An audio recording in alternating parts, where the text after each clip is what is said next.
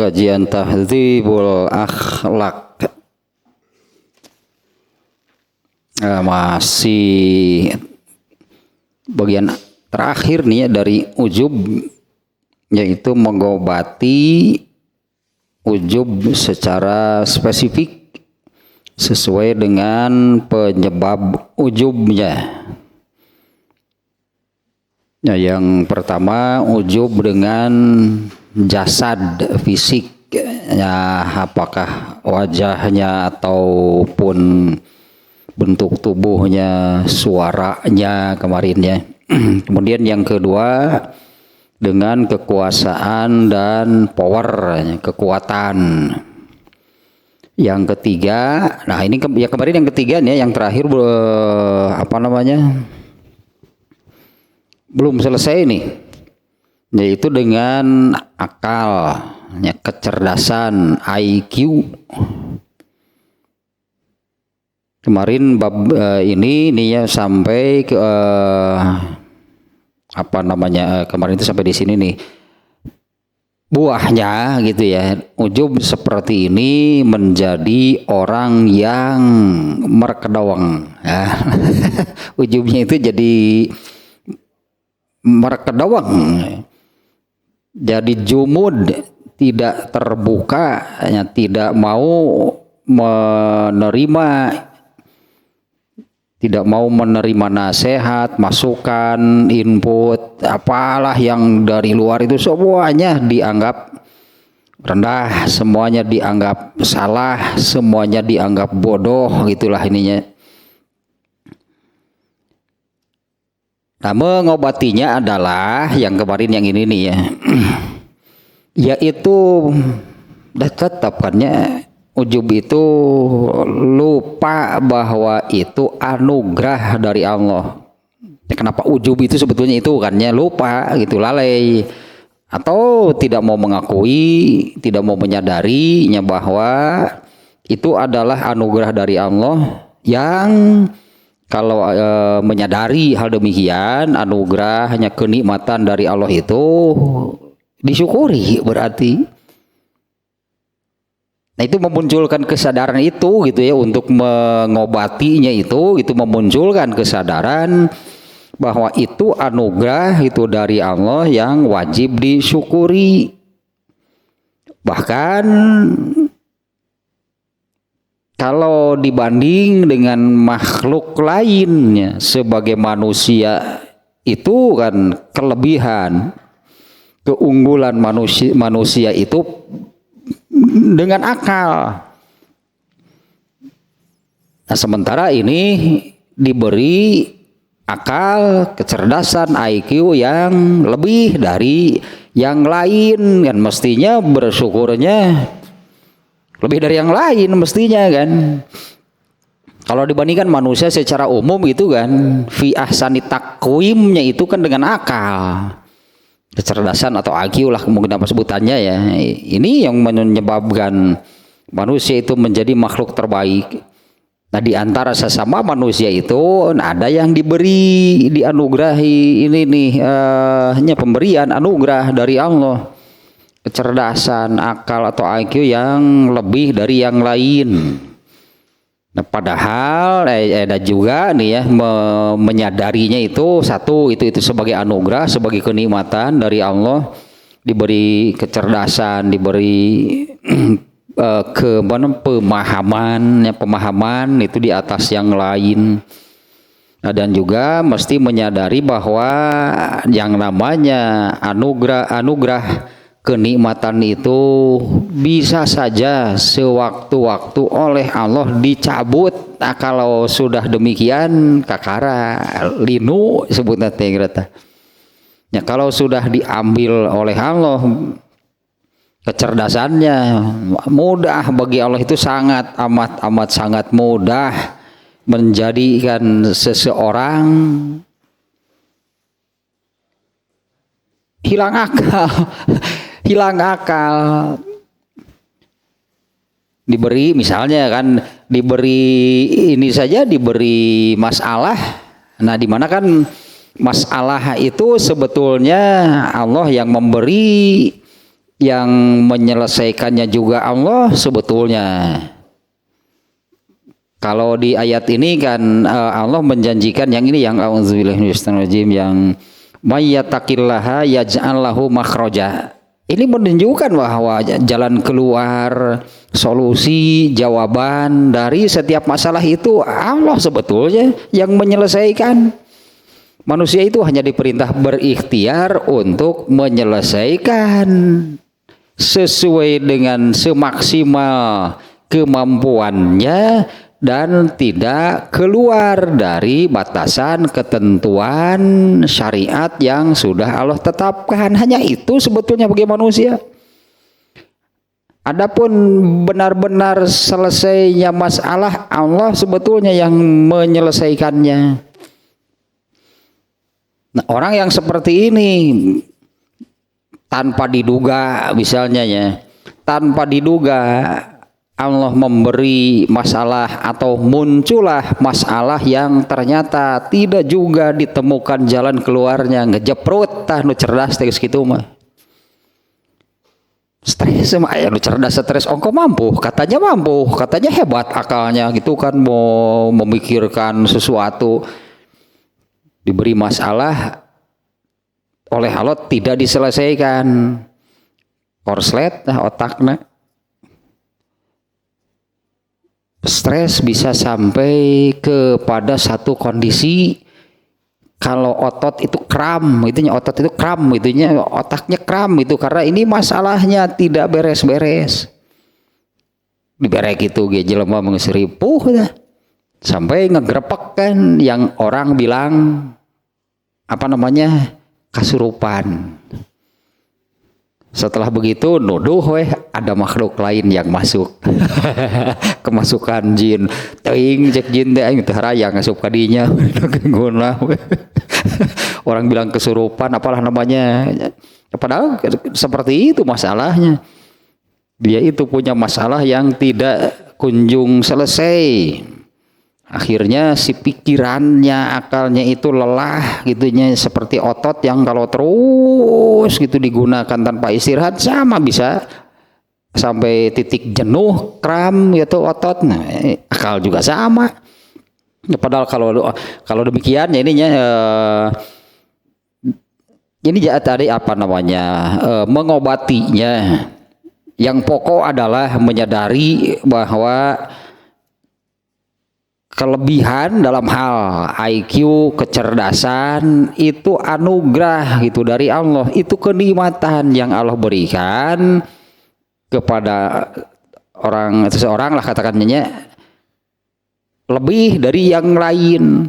Nah, kemudian yang kedua juga harus menyadari bahwa anugerah dan kenikmatan itu kapanpun bisa diambil kembali oleh Allah dengan cara yang manusia tidak akan menduga lah gitunya.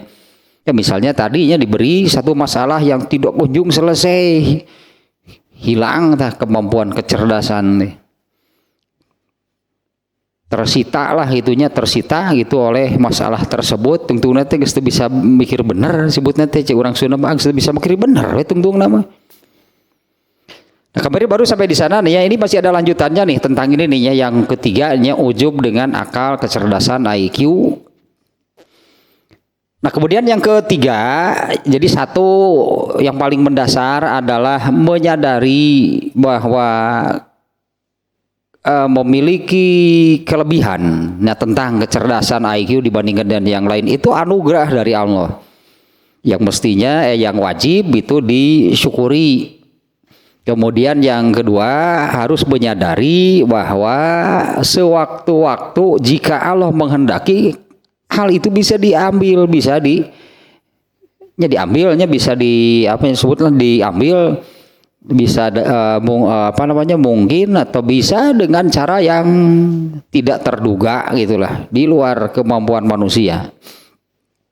Ya, apalagi kan memang juga sudah banyak itu kan buktinya.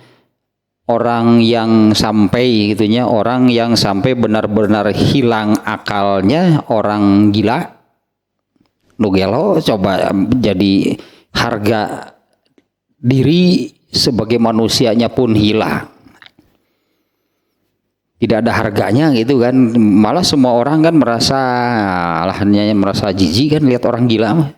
Padahal dia kan manusia, makhluk terbaik. Anger hilang akal mah.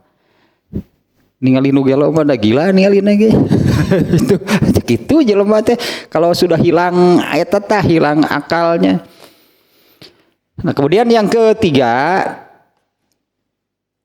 juga mesti menyadari bahwa ilmu yang Allah berikan itu sangat sedikit. Ya, ilmu yang Allah berikan kepada manusia bahkan ilmu yang Allah berikan kepada manusia apalagi kepada seseorang, karena tidak ada seseorang yang menguasai segala bidang ilmu, nggak akan ada. Manusia itu kalau benar-benar menjadi kalau menjadi sebutannya pakar kah gitunya, seorang pakar, seorang profesional harus di satu bidang. Tidak ada yang menguasai segala bidang ilmu, malah wadahna kemampuannya atau sebetulnya kan otaknya juga terbatas. Nah, ilmu yang Allah berikan itu sangat sedikit. Andai saja benar gitu ilmunya luas, tetap saja seluas apa ilmu seseorang, tetap saja apa yang tidak taunya itu pasti jauh lebih banyak. Mustahil lah gitunya, dan pasti nggak ada orang yang disebutnya teh segala apa, segala nyaho, segala bisa. Wah, nggak akan ada orang yang demikian. Apalagi kalau sampai di tiap bidangnya itu benar-benar sebagai mahir, pakar. Malah ya waktu mau tuh kira-kira kapan berilmunya kalau demikian. Ya, andai seseorang itu ini luas nih ilmunya, paling di satu bidang. Bandingkan dengan ilmu Allah lah gitunya, bandingkan dengan ilmu Allah yang dideskripsikan di dalam ayat di surat terakhir surat Luqman kalau nggak salah. Dua surat ayat terakhir ayat 27 kalau nggak salah. Jika seluruh pohon yang ada di bumi sok tirupang badagna nepi ka tanggal toge depan detikna dari yang terbesar sampai yang terkecil dijadikan pena, seluruh samudra di laut, semua samudra yang ada di dunia ini dijadikan tintanya, ditambah lagi sejumlah samudra, artinya samudra yang ada ini semuanya jadi tinta, tambah lagi dengan jumlah samudra sebanyak itu tidak akan cukup untuk menuliskan ilmu yang ada pada Allah. Nah, sementara ilmu yang Allah berikan kepada manusia itu sebanyak apa? Segala-galanya sebetulnya ya, segala-galanya. Kalau mau dibandingkan mah ya ibarat itulah. Ibarat ada kan hadis ini, hadis yang menerangkan tentang ini ilmu sebanyak apa gitu, ilmu yang Allah berikan kepada manusia. Ini hadis yang menerangkan ketika Nabi Musa naik perahu dengan Nabi Khidir, datang seekor burung lalu mematuk makanan gitu, memakan ikan, mungkinnya mematuk ikan gitu dari dalam laut. Kemudian terlihat gitu ada air setetes gitu yang menetes dari paruh burung tersebut. Dan Nabi Khidir mengatakan kepada Nabi Musa, air yang setetes itulah yang Allah berikan, ilmu yang Allah berikan kepada manusia. Dibanding ilmu Allahnya, perbandingannya adalah samudra lautan seluruhnya. Nah, artinya di sini orang yang cerdas, orang yang IQ-nya tinggi, berilmu tinggi, emang sebanyak apa? Memang sebanyak apa ilmunya? Tetap saja ilmu yang Allah berikan bukan hanya untuk satu orang, untuk seluruh manusia saja Allah memberi, karena ilmu itu kan pemberian Allah ya. Makanya kan tadi kecerdasannya, IQ-nya itu anugerah dari Allah, sehingga dengan kecerdasan, dengan IQ-nya itu dia berilmu. Tetap saja ilmu yang diberikannya itu hanya sedikit. Nah, wa ini tasa ilmuhu, andailah sebut gitunya, oh ilmunya itu luas. Innama jahalahu mimma arafahun nasu aksaru mimma arafahu. Tetap saja sebetulnya yang dia ketahui itu jauh lebih sedikit dibandingkan dengan yang tidak tahunya.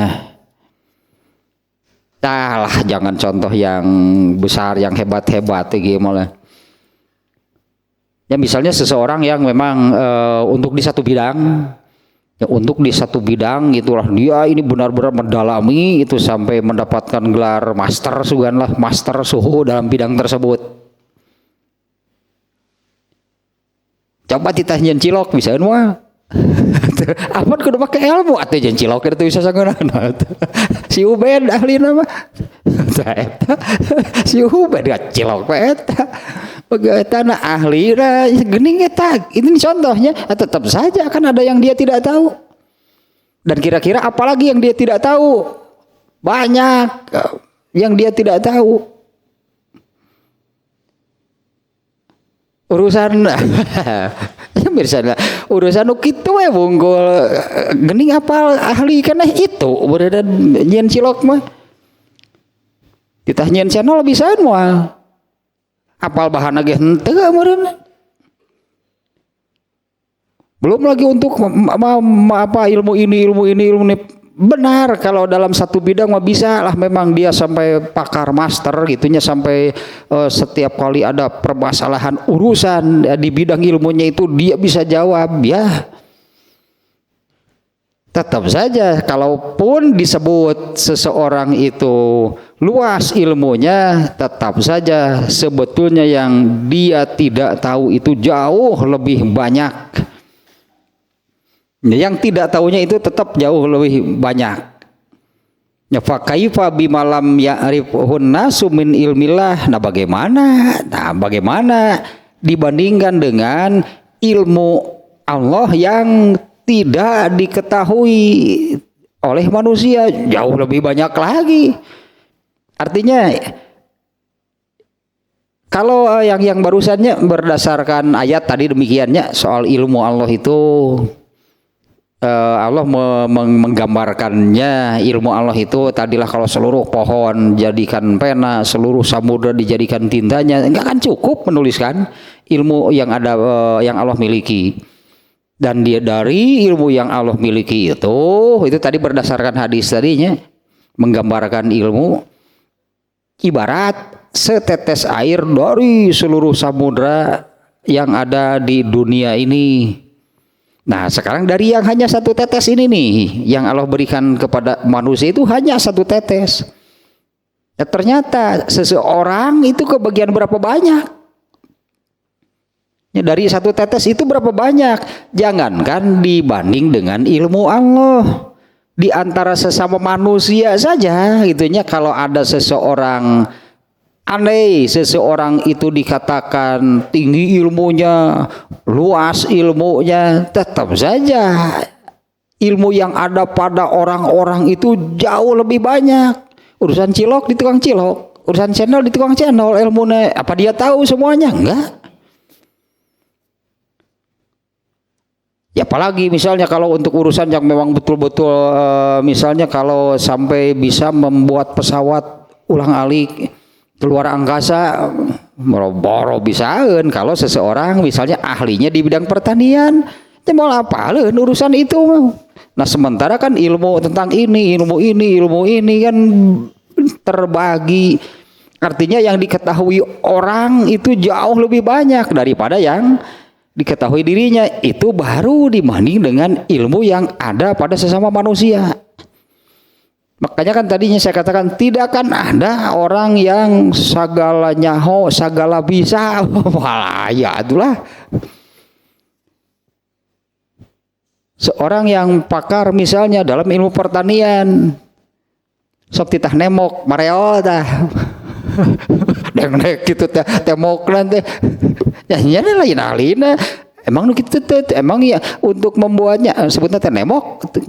Eta bebas atau aya aturanana, aya ilmuna. Tadi dengan hal-hal sederhana saja yang demikian geuning teu bisa nemok mah. Ari ngaduk kudu make ilmu teh. Teu make ilmu mah teh jo prangka canggeng teh sasangaleun nepi ka lecet. Teu atuh make ilmu atuh ngadukna sok tanyakeun ke tukang ngaduk atuh.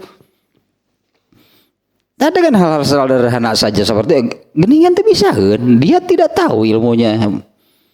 Apalagi bagaimana dengan ilmu yang ada pada Allah yang manusia sama sekali tidak tahu, yang memang tidak diberikan ilmunya kepada manusia. Malah yang sudah diberikan pun oleh manusia itu belum tentu dikuasai. Boro-boro dikuasai paham ge henteu geuningan banyak yang demikian ternyata padahal ilmunya sudah Allah turunkan. Ya ilmunya sudah Allah turunkan eta melalui Allah menurunkan ilmu untuk manusia itu melalui Al-Qur'an. Di mana Al-Qur'an ini kan disebutnya bersifat global. Al-Qur'an ini bersifat global, bersifat garis besar, artinya perlu rincian, perlu penjelasan lebih detail dari Al-Qur'an. Beri lagi oleh Allah penjelasannya, di mana penjelasan tentang ayat Al-Quran ini Allah berikan melalui Rasulullah, penafsiran makna itunya dari ayat-ayat Al-Quran oleh Rasulullah dijelaskan melalui sabda dan amalannya, itu semuanya tafsir Al-Quran. Padahal eta teh geus tafsirna gitu, eta teh mencik urang padahal itu sudah tafsir dari Quran, tetap baca hadis kita ngarti. Tetap saja membaca hadis pun sulit untuk dipahami. Padahal itu geus tafsirna gitu hadis teh, anggar maca hadisna ge geuning teh. Ternyata kan baik Quran ataupun hadis, kenapa saya katakan demikian? Untuk memahami hadis juga susah, ternyata sulit, berat. Ini berdasarkan sabda dari Rasulullah SAW, yaitu yang ini yang utitu bi jawami'il kalim. Aku diberi jawami'ul kalim sebutannya. Jawami'ul kalim itu sebutan untuk kalimatnya pendek tapi maknanya sangat luas, sangat dalam. Kalimatnya pendek. Dan yang paling jawami'ul kalim itu adalah Al-Quran. Padahal sudah Allah berikan ilmunya melalui Al-Quran, itu ya dijelaskan oleh sunnah Rasulullah, olehnya sunnah Rasulullah. Tetap manusia itu tidak gagal paham. Anger we jelema mah gagal paham. Anger teu ngarti gini, padahal ilmunya sudah Allah turunkan, sudah Allah berikan. Apalagi kalau hanya Al-Quran tanpa penjelasan dari Rasulullah. Al-Quran itu kan termasuk mukjizat. Bahkan disebutnya mukjizat terbesar Rasulullah SAW itu kan Al-Quran, di mana arti mukjizat itu adalah sesuatu di luar jangkauan kemampuan manusia. Artinya gak akan ada kecerdasan sehebat apapun manusia yang mampu memahami Al-Quran, gak akan ada. Al-Quran itu mukjizat di luar jangkauan kemampuan manusia. Maka yang memahami Al-Quran itu Allah sendiri. Allah sendiri yang paham tentang Al-Quran. Nah inilah yang kemudian diajarkan, diberikan oleh Allah kepada Rasulullah. Nah kembali lagi ke sini nih ya. Andai seseorang, jadi lanjutannya yang barusannya, harus menyadari bahwa ilmu yang Allah berikan itu amat sangat sedikit. Artinya tetap kenapa apa yang patut dibanggakan dengan kecerdasan IQ yang tinggi sehingga berilmu yang tinggi, emang banyak ilmu yang bisa dikuasainya. Tetap saja ilmu yang Allah berikan itu sedikit. Jangankan dibandingkan dengan ilmu Allah, dibandingkan dengan ilmu yang ada pada sesama manusia saja. Dia hanya paham, dia hanya pakar, mahir, ahlinya di satu bidang. untuk bidang-bidang yang lainnya ya orang lain yang punya ilmunya. Apalagi dibandingkan dengan ilmu Allah. Fa kaifa bima lam ya'rifhun nasu min ilmillah. Ya bagaimana dengan ilmu yang tidak diketahui, tidak bisa dikuasai oleh manusia dari ilmu Allah. Terutama apa yang berkaitan dengan perkara gaib. Ada beberapa ayat yang menyebutkan wallahu indahu ilmul ghaib. Allah itu di sisinya lah ilmu tentang perkara gaib. Padahal yang sebenarnya realitanya kenyataannya itu hidup manusia nih. Jadi hidup manusia ini terkait itu dengan apa yang nampak dan apa yang gaib. Dua-duanya ini real sebetulnya. Dua-duanya ini nyata. Hanya apa yang disebut dengan perkara gaib itu Allah tempatkan di luar jangkauan kemampuan manusia. Nggak akan sampai kecerdasan IQ manusia untuk sesuatu yang gaib. Padahal sama-sama nyata. Apa yang disebut dengan perkara gaib itu nyata. Itu seperti setan nyata nggak?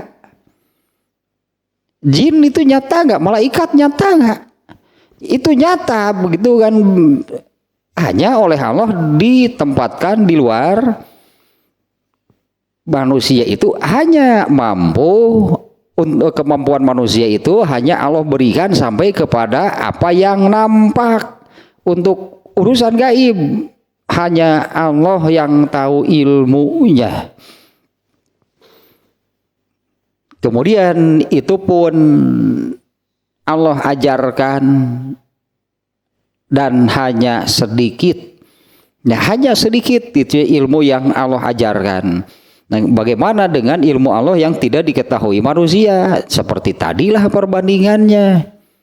Ilmu Allah itu samudra, lautan, seluruh yang ada di seluruh dunia. Dari ilmu yang sejumlah sekian itu, satu tetes Allah berikan untuk manusia. Itu pun dibagi-bagi tadinya, yang setetes itu kan dibagi-bagi bidang-bidangnya. Seseorang dari satu tetes itu berarti kebagian berapa banyak? Ini dari satu tetesnya ilmu yang Allah berikan kepada manusia. Ini kan hanya analoginya, ini hanya gambaran bagaimana ilmu Allah itu dan bagaimana ilmu yang ada pada manusia. Dari semua ilmu Allah yang diibaratkan samudra lautan seluruhnya itu, Allah hanya memberi setetes ilmu memberi kepada manusia. Itu dibagi-bagi itu oleh seluruh manusia. Jadi seseorang itu kebagian berapa banyak dari ilmu Allah. Kalau di dalam ayat Al-Quran yang ini ayatnya, iya ayat nanti. Alah surat nanti anu yas'alunaka anir ruh deh.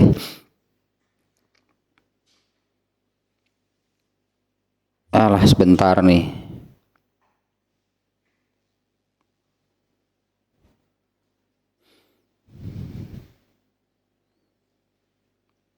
Ayat ini nih surat Al-Isra ayat 85. Wa yas'alunaka anir ruh.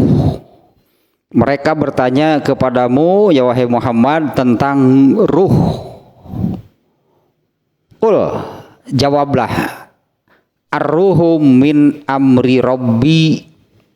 Rasulullah tahu gak tentang ruh? Nggak tahu berarti. Ayat ini, nah ayat-ayat yang dimulai ayat-ayat seperti ini ya, yas'alunaka an, mereka bertanya tentang. Nah di ayat ada beberapa di dalam Al-Quran ada beberapa ayat yang seperti ini, yas'alunaka anil ahillah, mereka bertanya kepada Nabi tentang hilal. Rasulullah nggak tahu juga hilal itu apa. Yas'alunaka anil mahid, mereka bertanya kepadamu tentang haid atau menstruasi. Ya Rasulullah juga nggak tahu.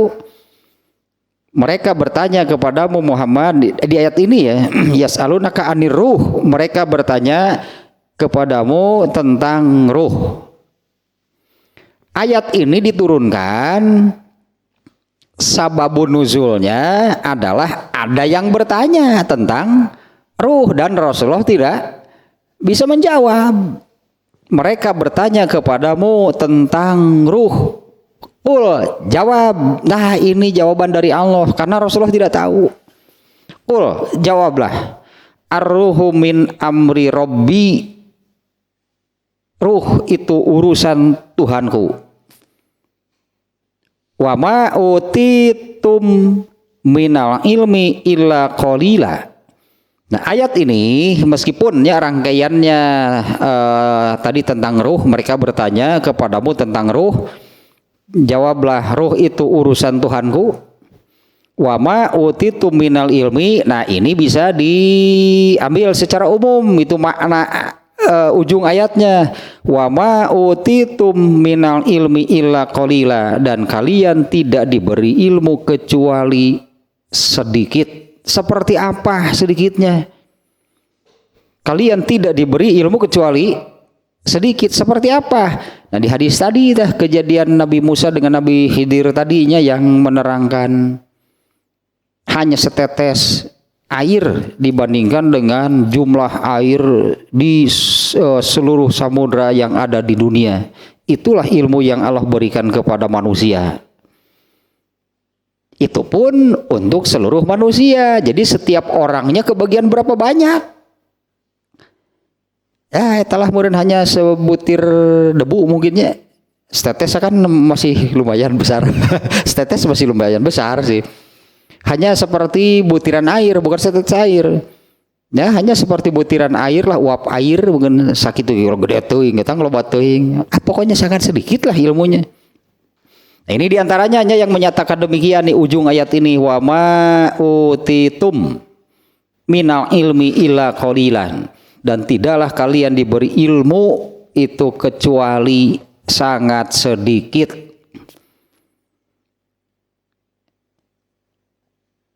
Wa in yatimu akluhu. Ini ayat dianya Al-Isra ayat berapa tadi teh 85. Kemudian satu lagi di surat Yusuf ayat 76, wa fauqa kulli zi ilmin alimun, dan di setiap, di atas bukan di setiap, wa fauqa kulli zi ilmin alimun. Nah, surat Yusuf ayat 76 yang kita buka nih, surat Yusuf ayat 76. Ini cara mengobatinya, artinya kan ini yang mengobati ujub dengan akal, kecerdasan. Ini kaitannya memang dengan ilmu dan berilmu, itunya akal, kecerdasan, IQ kan kaitannya dengan ilmu lah, dengan ilmu dan berilmu masalahnya. Nah, soal ilmunya seperti ini. Satu tadinya wa ma utitu minal ilmi illa qalila. Ayat yang menyatakan sangat sedikit. Bahkan sedikitnya itu dijelaskan tadi berdasarkan hadis yang menerangkan demikian, yang menerangkan hanya setetes dibandingkan dengan samudra seluruhnya. Nah, kemudian satu lagi ini surat Yusuf ayat 76 yang menyatakan tentang ilmu ini ya.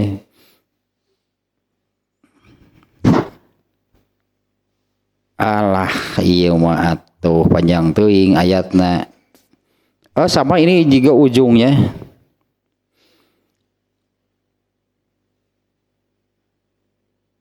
Narfa'u darajatin man nasya.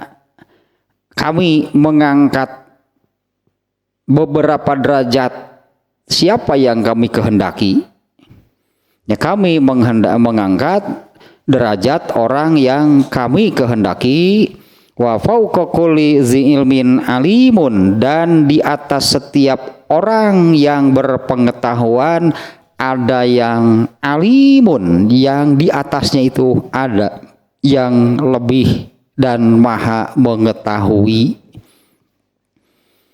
Nah, ininya kalau menyadari akan hal ini, ya pastilah nggak akan ada orang ujub dengan IQ-nya, dengan kecerdasannya. Karena kan menyebutkan demikiannya tentang IQ, kecerdasan itu kan kaitannya gitu dengan ilmu dan berilmu. Nah, sementara tentang ilmunya kan seperti ini. Allah lah yang maha berilmu, di mana ilmu Allah tanpa batas, dan yang diberikan kepada manusia itu amat sangat sedikit. Itu bisa dibandingkan lah setetes air dibandingkan dengan samudra lautan seluruhnya. Nah, kalau seseorang merasa hebat dengan akalnya, merasa hebat dengan ilmunya, wa fauqa kulli dzi ilmin alimun, di atas setiap orang yang berpengetahuan ada yang maha mengetahui, artinya ada yang maha berilmu. Ya, setelah lagi nih, ini bagian akhir nih dari yang ketiga, ininya ujub dengan akal, kecerdasan, itu IQ, yang tadi kaitannya berakal, cerdas, IQ tinggi itu dengan ilmu dan keilmuan. Di bagian akhirnya nih seperti ini nih, mestinya akhirnya orang supaya tidak ujub. Wa yanzuru ilal hamqa, lihatlah orang dungu, lihatlah dedambis lah pokoknya namanya mah, orang yang dumb and dumber teh aya mah tah ieu mah nu paling nu kitu. Lihatlah Tristujis. Aduh kelakuanana teh ampun. Orang lihatlah hamko mah orang dungu. Lihatlah orang yang dungu. Seperti ini yang dimaksud orang yang dungu. Kaifa ya'jabuna biqaulihim, mereka itu begitu bangga, ujub itulahnya dengan dirinya, dengan di sini terkait dengan ilmunya, dengan apa yang dia ucapkan, sementara wayadhakun nasu minhum, sementara orang-orang malah menertawakannya. Ini orang yang alhamdulillah, orang yang dungu. Dia itu merasa sudah itu tentang keilmuannya itu dia sudah mengatakan sesuatu yang hebat, padahal orang-orang menyimpulkan eta ngomong naon menerangkan, menjelaskan tentang sesuatu, sementara orang-orang mengatakan asa jelaskan itu diterangkeun. asa jelaskan itu diterangkeun. Bahasa can diterangkan mah lumayan lah, agak ray-rayan geus diterangkeun poe terus mau geus diterangkeun jadi teu ngarti, aneh. Nah, tapi ini ya alhamdulillah ya, kaifa ya'jabuna biqaulihim, ini bagaimana nih mereka merasa bangga, takjub itu dengan ucapan mereka. Mereka merasa bahwa ucapannya itu ucapan yang berbobot lah, yang hebat lah, gitunya menjadi sesuatu yang bernilai. Wayadhakun nasu minhum, padahal orang-orang menertawakan. Fayahzaru an yakuna minhum, bahkan orang-orang sampai ini kalimatnya sadis kieu penulisnya. Bahkan orang-orang itunya sampai tadi apa? Padahal orang-orang menertawakan dan orang-orang sampai menasehati yang lain supaya jangan sampai menjadi orang yang seperti itu. Kade ulah siga si eta. Kade ulah si eta, ulah siga si eta. Ya ada lah, berbeda alhamdulillahnya, tapi dia merasa gitunya bahwa keilmuannya intinya ya, bahwa keilmuannya itu hebat, keilmuannya itu tinggi. Ketika dia menyampaikan, dia merasa gitu ini berbobot, bernilai, menunjukkan keilmuannya yang luas. Padahal orang-orang yang mendengarnya mereka tertawa sambil memalingkan wajahnya, tertawa dan tidak bisa kepanggih heran. Gitu. Padahal mah batur mah jarang serikeun, nepi ka ngobrol ka babaturan teh kade ulah si eta Ade ulah siga si eta mun ngomong tuh lila kurang nguriling ka mana gitu. Geus nepi ka beres nya eta nerangkeun ngarti teh henteu. Ngarti teh henteu kesimpulanna teh. Kesimpulan teh kitu lah pokona asa ngarti keneh teu diterangkeun. Wa huwa la yadri fa inal qasirul aqla la ya'lamu kusura aqlihi, dan ya orang itu tidak menyadari, orang tersebut tidak menyadari ya karena merasa dirinya hebat, itunya merasa hebat dengan ilmunya, sehingga apabila menjelaskan atau berbicara tentang sesuatu itu dirinya merasa gitunya itu menunjukkan keluasan ilmunya, ketinggian ilmu dirinya. Sementara orang-orang malah menertawakan. Nah, wahwa la yadri. Nah, orang yang demikian itu juga tidak tahu sebetulnya al qasirul aqli, orang yang apa namanya ya, seringkali atau kebanyakan orang bodoh itu tidak menyadari dirinya bodoh. Seringkalinya atau kebanyakan orang yang bodoh itu tidak menyadari itu dirinya bodoh. Padahal ini yang menjadi penghalang untuk berilmu karena tidak merasa bodoh. Coba kalau merasa ngaruh masakeun maneh saya bodoh, saya sedikit ilmunya, saya kurang ilmunya, akan ada keinginan untuk menambah ilmu, berilmu. Nah kalau ini al-qasirul aqli isinya dari dasar orang yang IQ jongkok sih sebetulnya, dasar IQ jongkok ya. La ya'lamu kusura aqlihi, tidak menyadari kelemahan tersebut. Seringkali makanya orang yang bodoh itu seringkali tidak menyadari bahwa dirinya bodoh. Nu bodoh mah sok ngerasa pinter. Dibalik nu pinter sok ngerasa bodoh, kan benar sebetulnya. Disebutnya kan semakin berilmu maka seseorang itu akan terasa semakin bodoh. Apalagi kalau dibandingkan dengan maha pemilik ilmu, semakin mendalami ilmu Allah maka semakin terasa benar bodoh itu jadi jelema. Sebanyak apapun itunya ilmu yang dimilikinya, tetap saja tadi berdasarkan surat Yusuf tadi, fauqa kulli dzi ilmin alimun. Justru semakin berilmu itu akan terasa semakin bodoh. Ta dengan terasa semakin bodoh, maka keinginan untuk terus bertambah ilmunya sangat tinggi.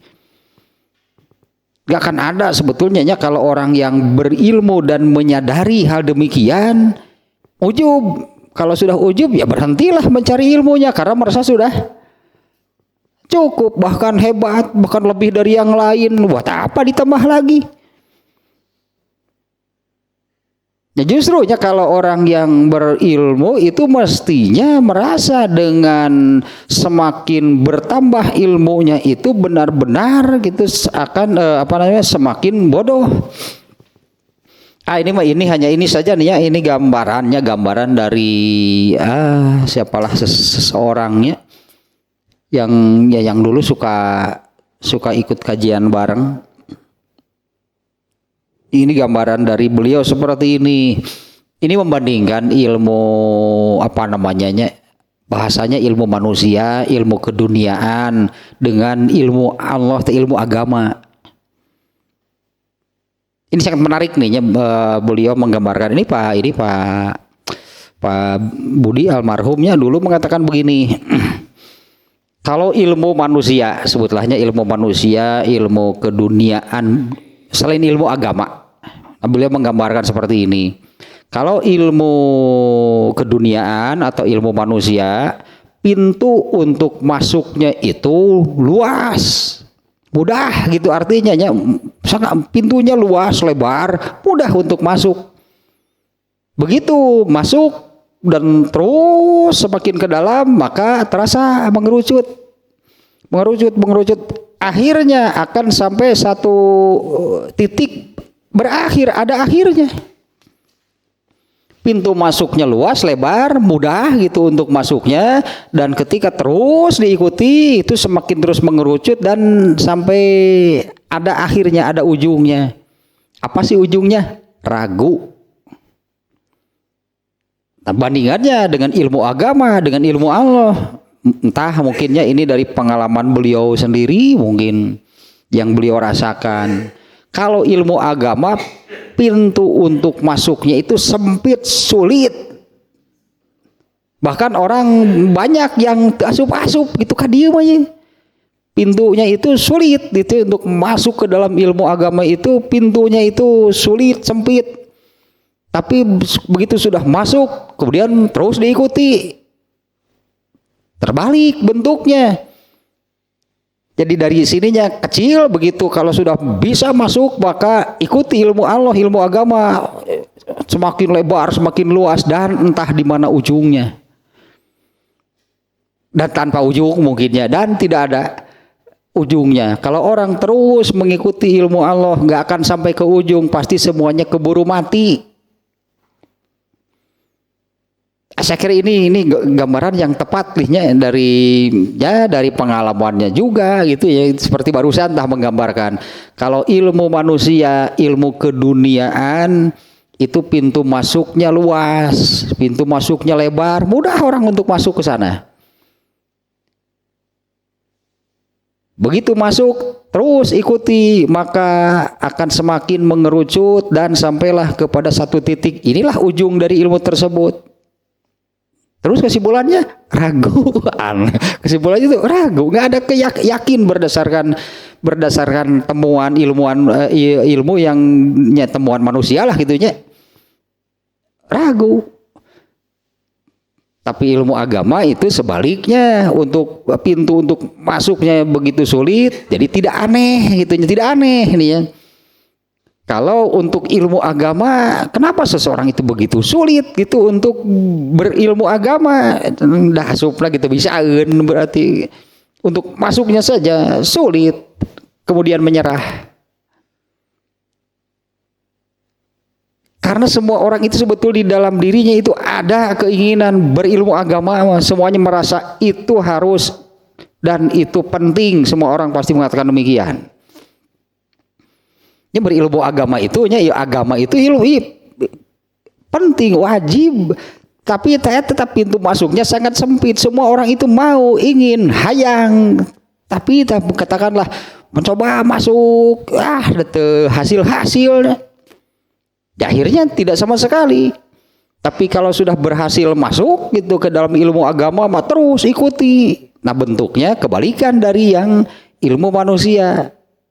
Jadi dari yang lebar mengerucut menuju ke satu titik. Kalau ini dari satu titik, pintu masuknya itu begitu masuk diikuti, teruslah ke dalamnya semakin lebar, dan ujungnya di mana? Nggak berujung ilmu agama. Kalau ilmu manusia mah tadi bisa sampai mahir, pakar, ahlinya hanya di satu bidang, sampai katakanlah untuk bidangnya ini tidak ada masalah yang tidak terpecahkan, semuanya dikuasai karena memang sudah sampai ke ujungnya ilmu tersebut. Meskipun ragunya gitu, bener gitu, wah bawa-bawa tah ilmu jelema mah gitu. Tapi kalau ilmu agama masuknya sulit, ya perlu, artinya untuk berilmu agama, anggaplah untuk masuk saja dulunya ke dalam ilmu agama, di situ pun sudah diperlukan kesungguhan. Benar yang ilmu agama. Kalau yang tidak bersungguh-sungguh, masuknya saja sulit. Harus bersungguh-sungguhnya, kalau itu bisa dilewati, masuklah ke dalam ilmu agama. Nah, terasa seperti itu terasanya. Terus diikuti ilmu agama ini, ternyata semakin luas, semakin lebar, semakin dalam, dan ini di mana ujungnya kalau belajar ilmu agama? Nggak akan ada. Nggak akan ada ujungnya. Katakanlah seorang ulama pun gitu, apa betul itu sudah sampai ke ujung tentang ilmu agama? Belum pasti. Masih terus harus mendalami, karena tadi baik ayat Al-Quran ataupun sunnah Rasulullah itu jawami'ul kalim, dua-duanya. dua-duanya itu jadi apa namanya berupa ya kan Al-Qur'an kan berupa kalimat gitu kan. Al-Qur'an itu kan kalimat-kalimat gitulah. Al-Qur'an itu kalimat-kalimat, hadis juga kalimat-kalimat yang sifatnya jawamiul kalim. Kalimat-kalimatnya pendek tapi maknanya itu tanpa batas ya. Kalau terus diikuti sampai mana tidak ada batasnya. Tidak ada orang yang bisa menguasai ilmu agama sampai ke ujung seperti ilmu manusia. Tapi kalau mendalami ilmu agama ini meskipun belum sampai ke ujung, yakin dengan ilmu agama kalau betul-betul didalami. Kalau ilmu dari manusia itu justru kesimpulannya itu ragu, kalau ilmu agama ini kesimpulannya yakin. Dan ini satu hal nih, sesuatu yang mendatangkan kenyamanan, kenikmatan itu kalau yakin apa yang dilakukan itu benar. Orang melakukan sesuatu yang dirinya sendiri ragu, nggak akan ada kenyamanan, kenikmatan. Ragu mah gitu was-was. Bawa-bawa terus hirup nanti di dalam bawa-bawa. Dimakanlah sama ular boa. Tuh. Jangan nakona dihakan ke ular boa. Ya karena kan memang hidup di dalam keraguan kan ragu gitunya jangan-jangan. Ya jangan atau makanya kalau jangan ya jangan kalau begitu. Hiduplah dengan sesuatu yang yakin, itu yang akan mendatangkan kenikmatan, kenyamanan kalau yakin sesuatu yang dilakukannya itu benar. Eta nu nikmat mah itu yang akan mendatangkan kenyamanan, ketenangan, kenikmatan. Ya jangan seperti kafir lah itu ingin kenyamanan, ketenangan, kenikmatan, rafting, sebelum tidak gor karena batu dia lah. Ya kan mencari itu kan sebetulnya mereka dengan gitulah. Pokoknya mah yang diakhiri dengan ing lah semuanya gitu. Mau rafting, mau fishing, bungee jumping, mau cycling, mau diving, mau snorkeling, pokoknya mah itu semu semuanya. Nisbi. Nah itu yang betul-betul mendatangkan kenyamanan, kenikmatan itu kalau yakin apa yang diamalkan itu benar. Dan itu hanya ada pada ilmu agama. Itu hanya ada pada ilmu agama itunya tetap yakin dengan apa yang diamalkan. Nah kembali lagi ke sini nih, ini si Hamko nih. Si Hamko itu si Dungu nih.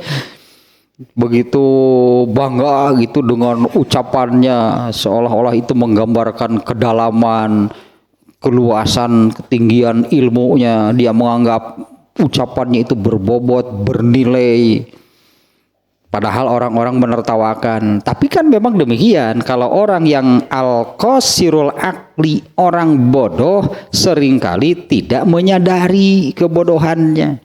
Orang bodoh itu seringkali merasa pintar. Dan kebalikan dengan yang tadinya, kalau orang yang pintar, orang yang berilmu tinggi dan menyadari tadi bahwa di atas yang berilmu ada yang maha berilmu, justru semakin mendalami ilmu maka akan terasa semakin bodoh. Dengan terasa semakin bodohnya itulah justru malah semakin disebutnya akan semakin haus, semakin lapar dengan ilmu. Karena bodohlah yang dirasakannya.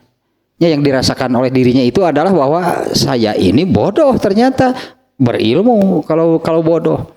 Ya, beda dengan orang yang hamko itu yang dumb and dumber ya. Orang yang bodoh dan yang bodoh, tapi ada orang yang bodoh ada dua nih. Ada yang tidak tahu dan ada orang yang tidak mau tahu.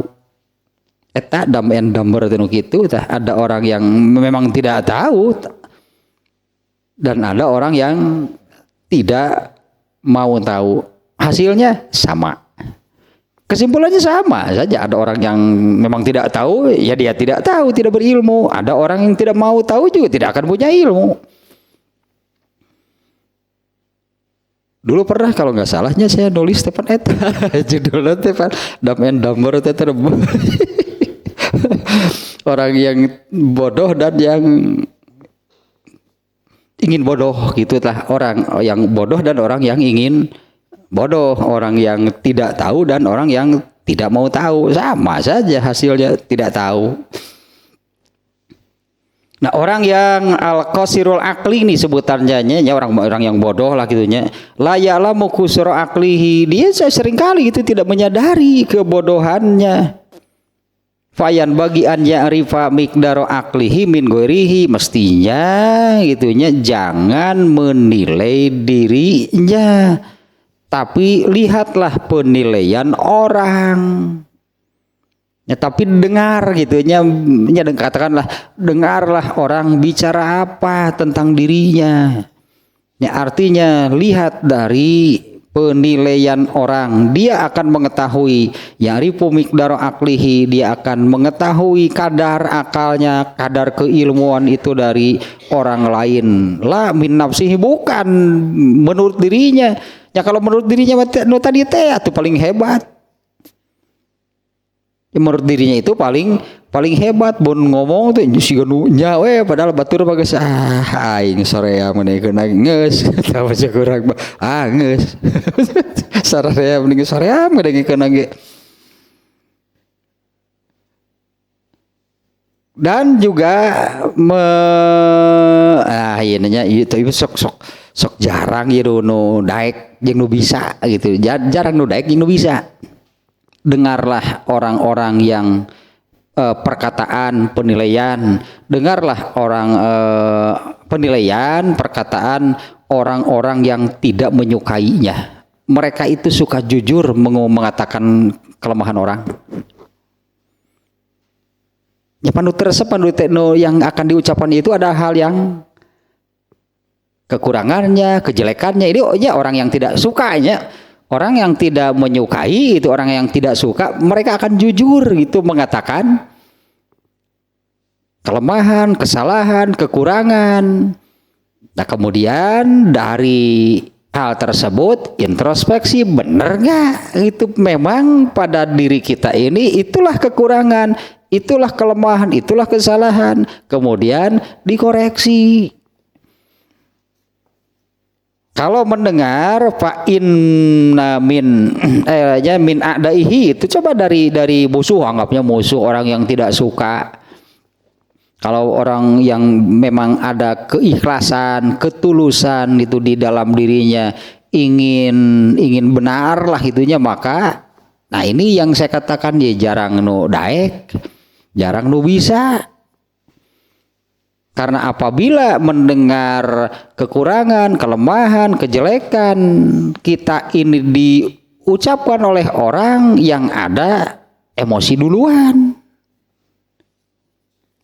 Gitu kan, yang ada itu malah ya itu malah ngamek leuwih ti heula, amak leuwih ti heula teh, padahal bener gitu. Padahal memang gitu. Memang bener kenyataanna gitu. Tapi amek kayak gitu karena kekurangannya, kelemahannya itu diungkap. Semua orang kan gak ada yang mau kalau kelemahannya, kekurangannya itu diketahui orang lain. Kan manusia itu semuanya sama, tidak mau kekurangannya, kelemahannya itu diungkap orang lain. Padahal orang yang tidak suka, yang nur resep gitu teh, orang yang tidak menyukainya, orang yang tidak menyukai seseorang, mereka itu suka malah bahkan disebutnya kan mereka mencari-cari kesalahan, mencari-cari kelemahan untuk diungkap. Nah semestinya hal itu dijadikan bahan untuk introspeksi. Nah maka dan kalau nih ini juga kannya di bab terkait sinya yang ini, dalam bab penyakit hati nomor 4 dan 5. sepasang sih itunya nggak bisa dipisahkan. Tama penyakit hati nomor 4 dan 5 teh kan senang dipuji dan tidak suka dan benci dicela. Nah, itulah penyakit hati, itu penyakit hatinya, senang dipuji, tidak suka atau benci dicela. Dicela teh dikatakan sesuatu yang buruk, diungkap keburukan. Ya, padahal kan ya, sudah dibahas kan ya di penyakit hati tersebut nomor 4 dan 5. Di antaranya seperti ini masalahnya. Jangan benci untuk diungkap, untuk dibuka kesalahan, kelemahan, kekurangan. Justru harusnya menjadi bahan untuk introspeksi. Kalau memang di dalam dirinya ada ada keinginan untuk menjadi orang yang lebih baik, katakanlah.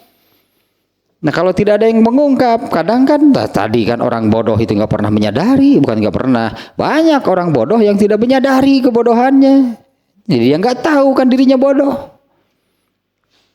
malah bangga ujub gitu dengan kebodohannya, malah bangga ujub dengan kebodohannya, merasa bahwa dirinya itu top guys lah gitu, seorang yang wah, seorang yang kalau bicara itu berbobot.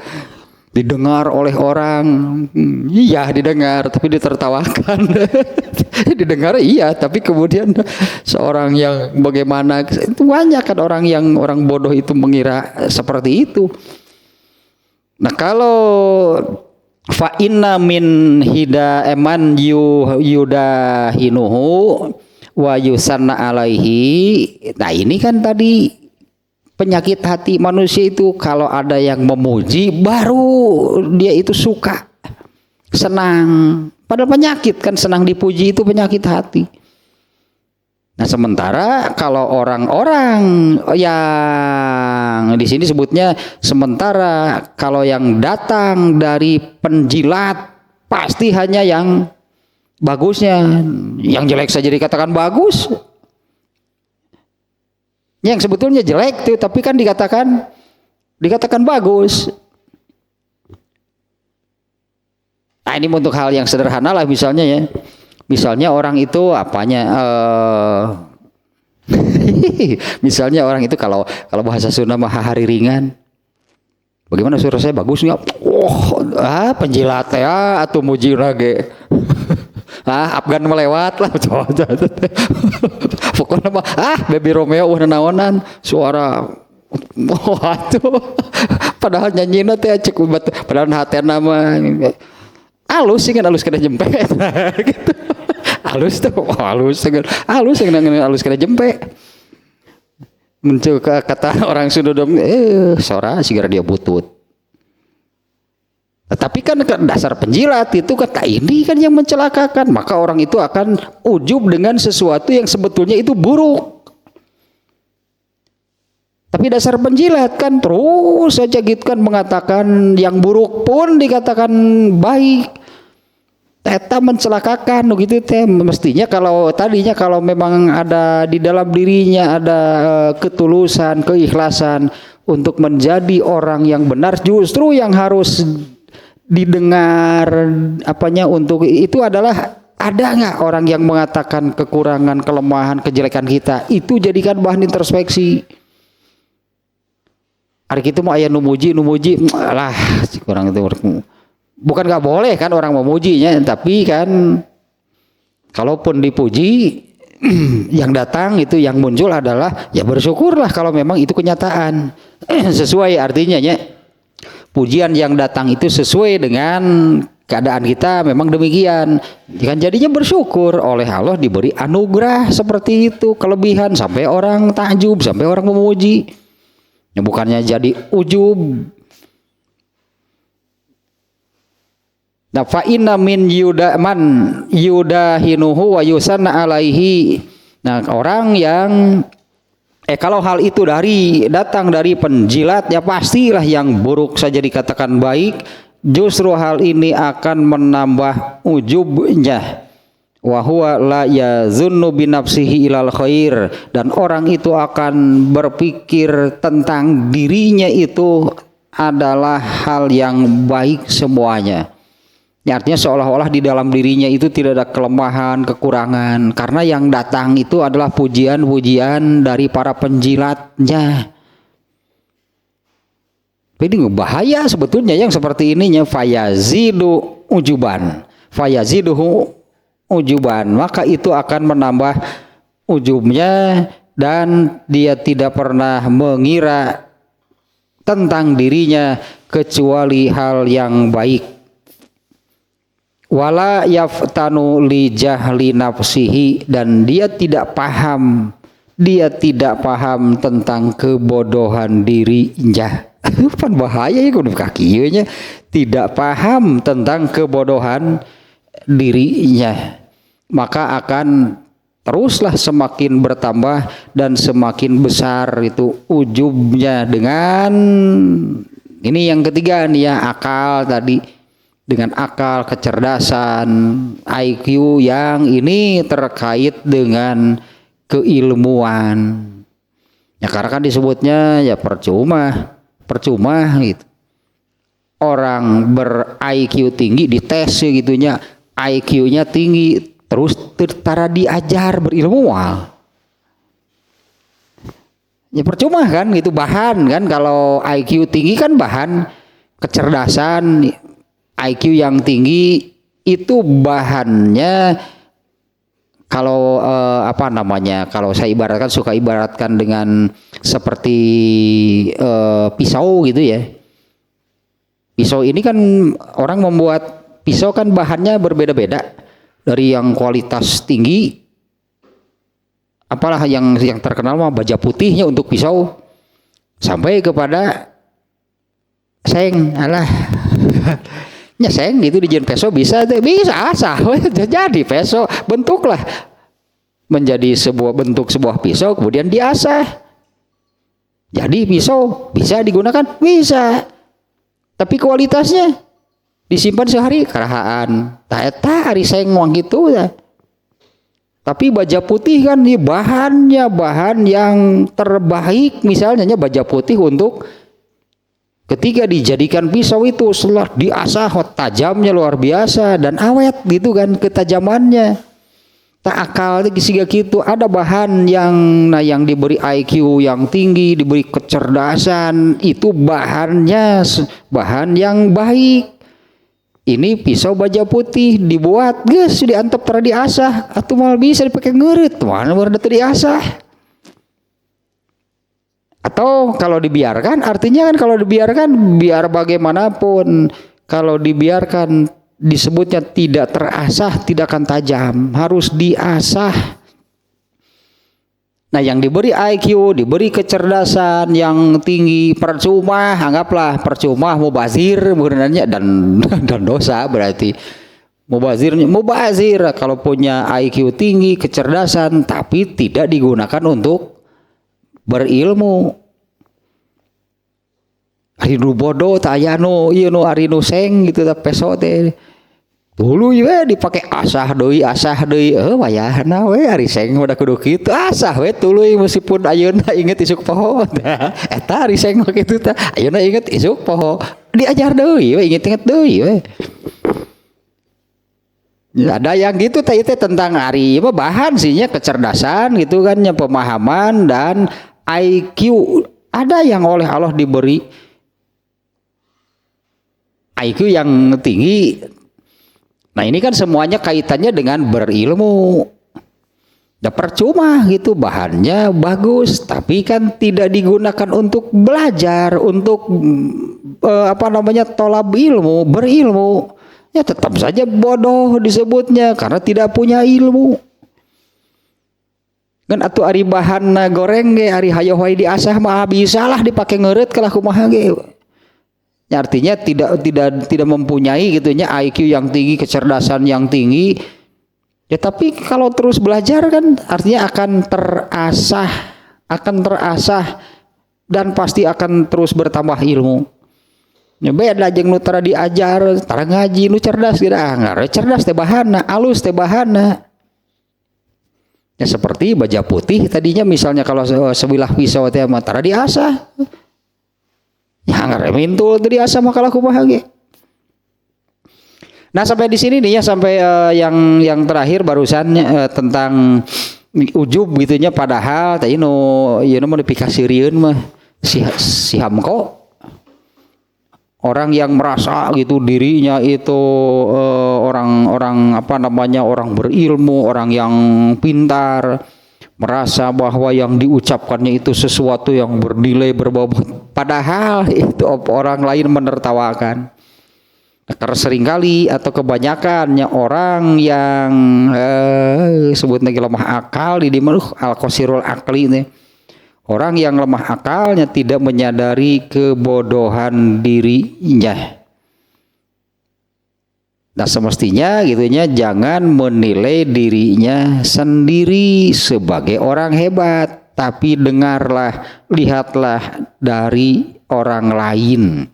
Tapi harus dengan tadi ketulusan, harus dengan keikhlasannya, ketulusan. Karena kalau tidak demikian justru manusia itu kena oleh yang tadi, malah tidak suka kalau ada yang mengungkap kekurangan, kelemahan, kejelekan dirinya. Merasa suka gitu, merasa senang, bahagia itu kalau ada yang memujinya, padahal orang yang memuji bisa saja kan ada udang di atas bakwan. Nu muji teh bener tadi pan gitu sakitu sora goreng ya. Pokoknya mah Baby Romeo ge lewat. Pokoknya padahal mah aing jembing geus nyempe atuh. Ada dasar memang. Nah, namanya juga penjilat, dia akan lebih mementingkan kepentingannya dibandingkan dengan kejujuran dan kepentingan yang didahulukannya. Dia punya kepentingan dengan memuji, nanti dia dapat apa gitu kan, karena ada udang itu dia. Ada udang di atas bakwan. Terserah baru sampai situ berarti masih nomor 3 berarti teh. Kemarin teh ada pertanyaan, ini kasihan nih yang bertanya nih. Waktu hari apa juga di pertanyaannya nggak keburu ya. Ada pertanyaan ini ya, biasa pertanyaan yang masuk ke mimin ya. Kenapa di dunia ini banyak toksik ya tad? Gitu ya bahasa aslinya ya. Kenapa di dunia itu banyak toksik ya tad, sehingga keimanan kita kadang bisa tergoyahkan. Minta pencerahannya tad. Itu ya ujian sebutannya ya. Jadi uji kan keimanan seseorang itu kan keimanan seseorang itu kan fluktuatif sebutannya ya. Al imanu yazidu wa yanqusu. Iman itu grafiknya, kondisinya turun naik. Kadang naik itu kan kadang turun. Nah ini ya, banyak di sini sebutnya teracunnya, banyak racun itu. Beda penggemar Britney Spears menyebutnya toksik. Banyak toksik di dunia itu, dunia meracun wongko. Nah, tapi segala sesuatu yang ada di dunia itu kan semuanya itu ujian. Nah, kadang yang sehingga keimanan kita kadang bisa tergoyahkan. Ya, artinya dia kalah kalau begitu. Kalau goyah berarti gagal ketika diuji. Ya goyah apalagi sampai runtuh ya. Nih contohnya seperti ini.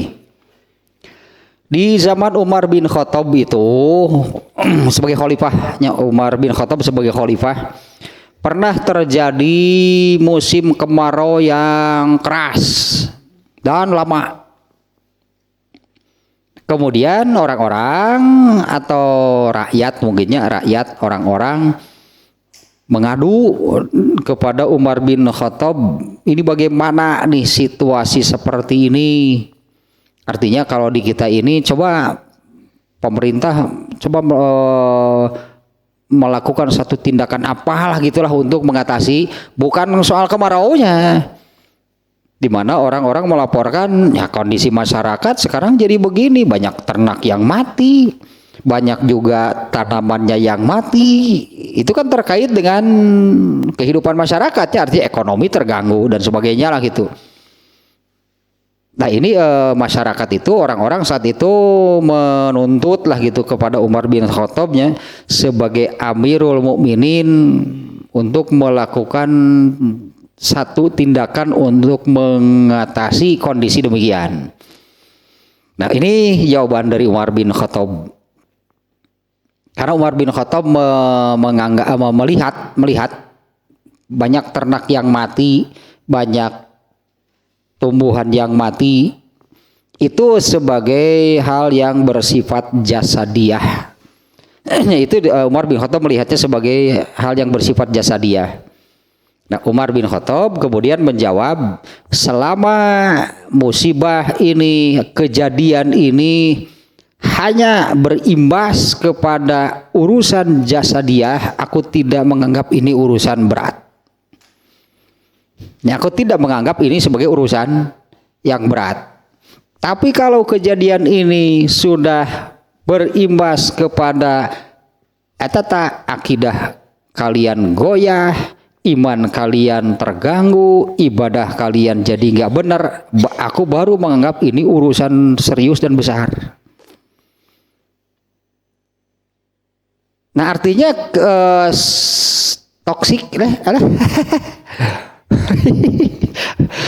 apapun bentuknya kan, karena tadi kan banyak beragam berarti kan bentuknya. Ini pertanyaannya kan juga demikian. Ini pertanyaannya juga demikian ini.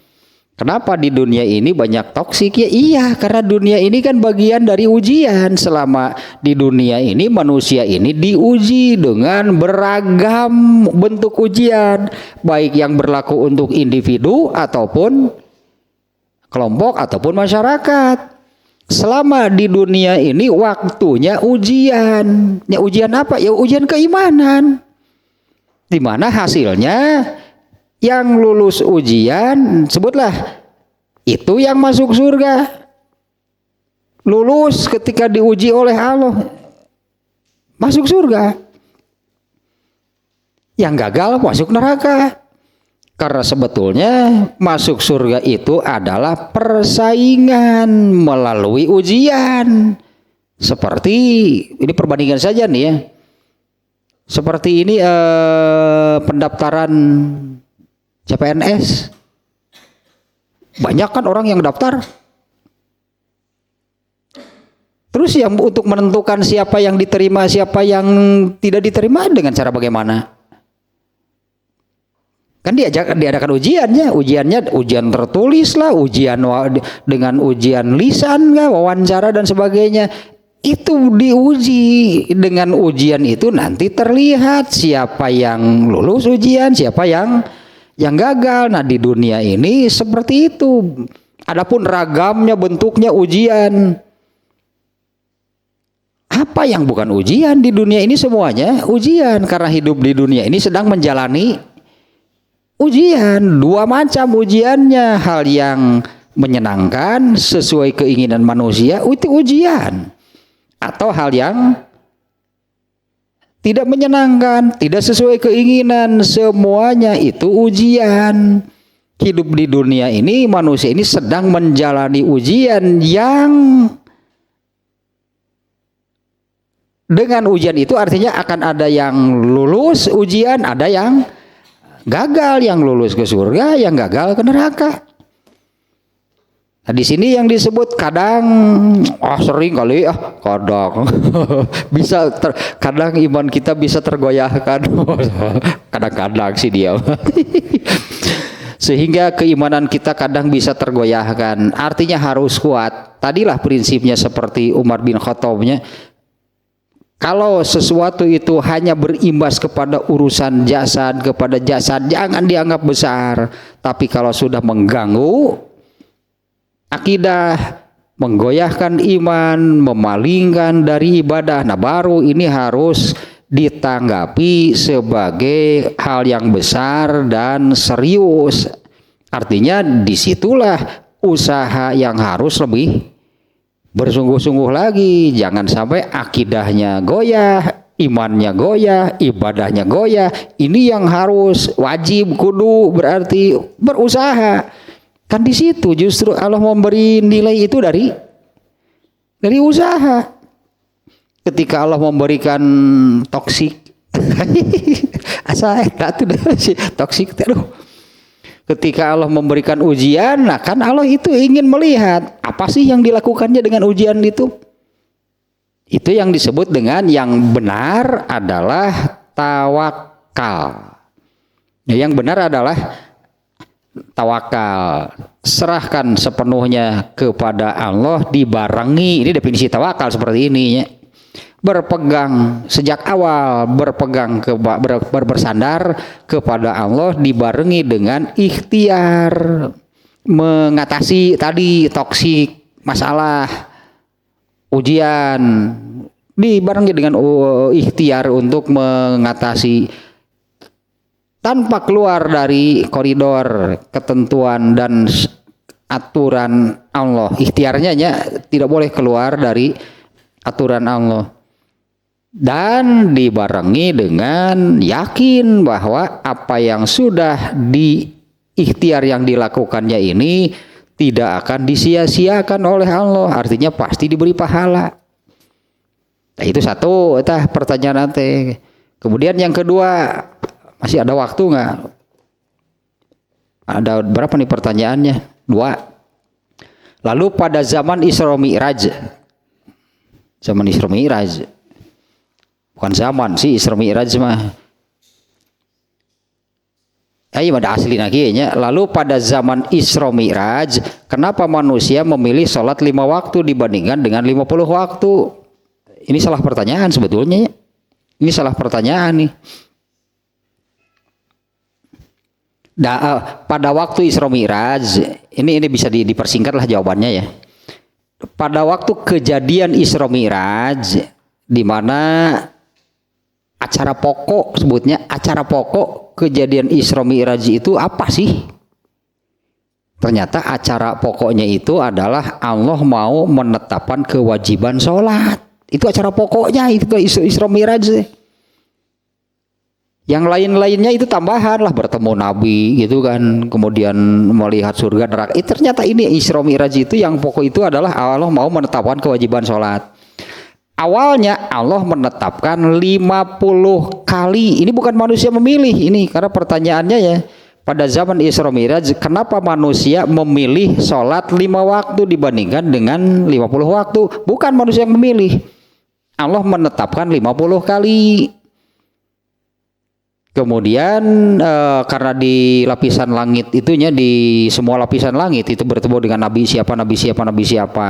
Di antaranya bertemu dengan Nabi Musa. Nabi Musa yang bertanya, apa yang kamu dapatkan dari Tuhan kamu? Ini sholat 50 kali. Nabi Musa mengatakan, nggak akan benar masa sholat sehari semalam 50 kali. Mending pulang lagi, minta dikurangi. Bolak-balik kita berapa kali, ketika datang minta dikurangi setengahnya. Nabi Musa masih mengatakan masih kebanyakan, minta kurangi lagi. Terus bolak-balik sampai 3-4 kali kalau nggak salahnya. Kemudian Allah menetapkan 5. Ketika Allah menetapkan 5, Allah berfirman, la innahu la yubaddalul qaulu ladaya. Keputusan ini tidak bisa diubah lagi. Artinya jangan minta dikurangi lagi. Jadi yang menetapkan 5 kali itu adalah Allah, bukan manusia memilih 5 dibandingkan dengan 50. Tapi Allah menetapkan 5, sholat sehari semalam itu 5 waktu, dengan asumsi bahwa yang dikerjakan tetap 5, tapi nilainya di mata Allah adalah 50. Ini dasarnya, setiap amal soleh itu dikalikan 10, sholat yang dikerjakannya 5, tapi kan Allah sejak awal inginnya 50, makanya setiap sholat itu dikalikan 10, jadi 5 itu sama dengan 50. Ini bukan pilihan manusia nih ya.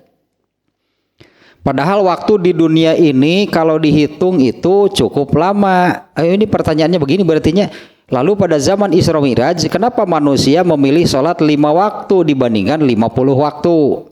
Padahal waktu di dunia kalau dihitung itu cukup lama dari terbit fajar hingga matahari tenggelam. Masa emang malam kemana? Masa dari terbit fajar sampai tenggelam? Padahal waktu di dunia itu cukup lama. Maksudnya dari terbit fajar sampai tenggelam saja kan hanya 3 sholatnya. Artinya banyak waktu yang tidak dipakai sholat. Coba kalau 50 sholat turun-turun, emang dari terbit fajar sampai tenggelam adanya sholatnya, malam ada sholat nggak? Kalau sehari semalam 50 kali berarti setengah jam sekali sholat teh. Kalau sholat yang dikerjakan 50 kali sehari semalam berapa jam?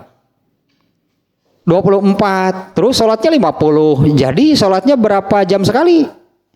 Setengah jam sekali. Terus kita makannya kapan?